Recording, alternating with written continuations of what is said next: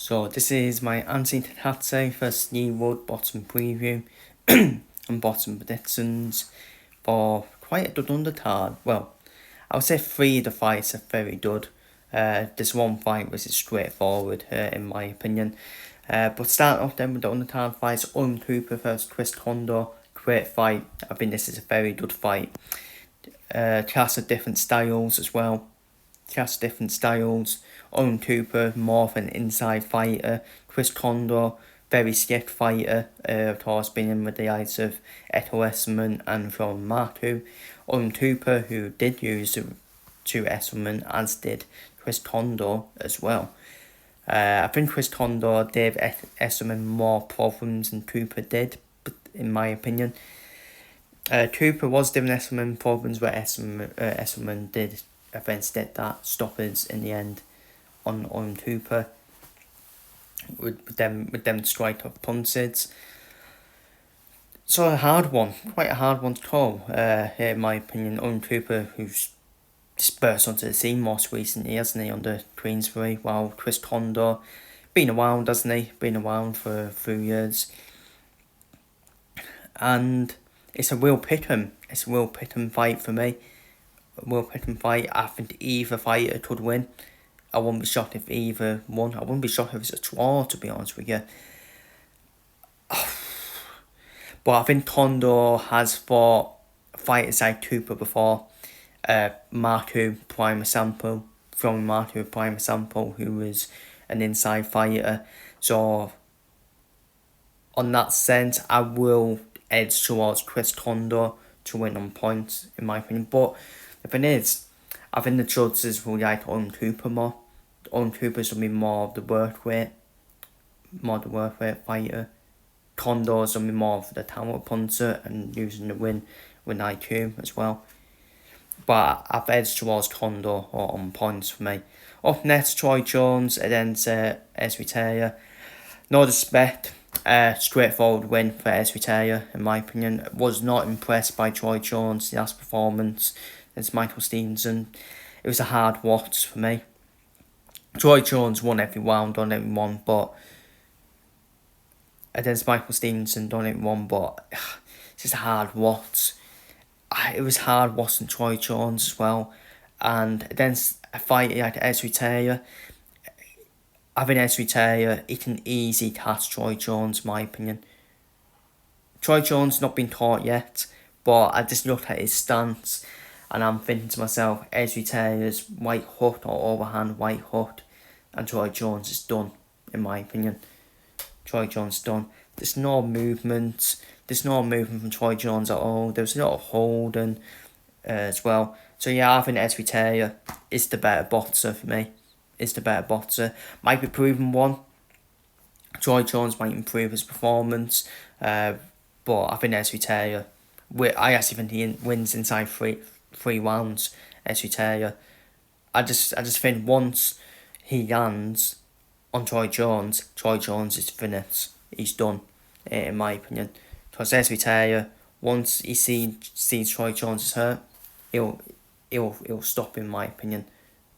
And I just think we're taking too much into Troy Jones, his resume, for me. He's not really fought anyone, let's be real.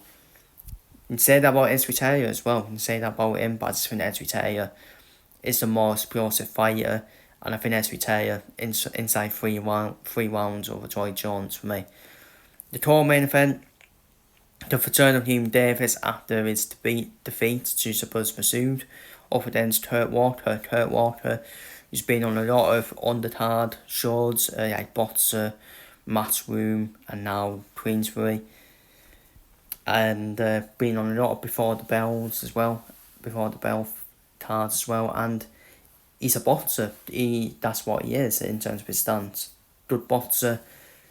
And Hume Davis struggled with that against Suppose Masood, didn't he? And I think I will go for the experience on Davis though. I still think Davis is just the more experience over Walker. I think Davis' presser will count in this fight. I don't think it'll be stoppage. I think Walker is he's up against an experienced opponent in Davis. I know Davis lost to Masood, but Masood was experienced as well. And it's a dangerous fight though for Davis. Dangerous fight because if Walker outboxes Davis, where does Ian Davis go after that, in my opinion? And I think Kurt Walker can outbox Ian Davis. And you know what? Ian Davis can be hit as well. He can be hit as well. He took a lot of shots on Sabaz Masood when Sabaz Masood was outboxing him. The thing with Sabaz Masood is he's more of a Swiss hitter, isn't he? From orthodox to southpaw, while Kurt Walker is mostly a southpaw fighter, mainly. But Davis, we'll see how much he's done yet. Ian Davis after that defeat to Masood. I think Davis destined to win, but I think he destined to win on points for me. I think he will win it by 2 or 3 rounds. I think his pressure might count in this fight, and his experience as well. So enough for Davis to win on points. And finally, the main event, Anthony Cacace versus Leigh Wood. Great fight, the return of Leigh Wood. That is a worry. I think it's a worry for Leigh Wood. 2 years. Leigh 2 years out to win. He was asking to win in 2023. With that trust knockout over Josh Warrington. Well, Cacace's been more active recently. I think he's been stripped now the IBF belt for not taking his mandatory Eduardo Nunes. I would have loved to see that fight, to be fair, but it is what it is.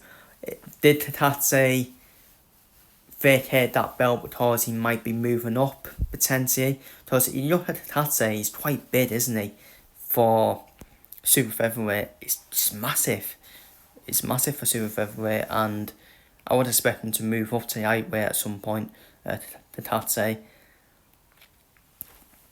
And it's a hard fight. It's a hard fight to call. Cacace, he's a Swiss hitter, orthodox and a southpaw fight as well. He's a Swiss fighter, which is tricky, hard for any opponent. It's tough for any opponent. I think done for Leigh Wood's quite ritzy, considering his activeness, in my opinion. But my problem with Leigh Wood, the thing with Leigh Wood is he's a trust fighter.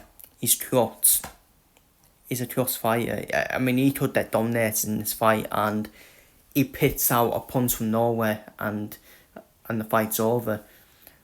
Saw it against Tongan. We saw it against Josh Warrington. Trust fighter Leigh Wood. Against Mauricio Lara in the rematch, Lara was just overweight, wasn't he? Let's be real. And it was an easy.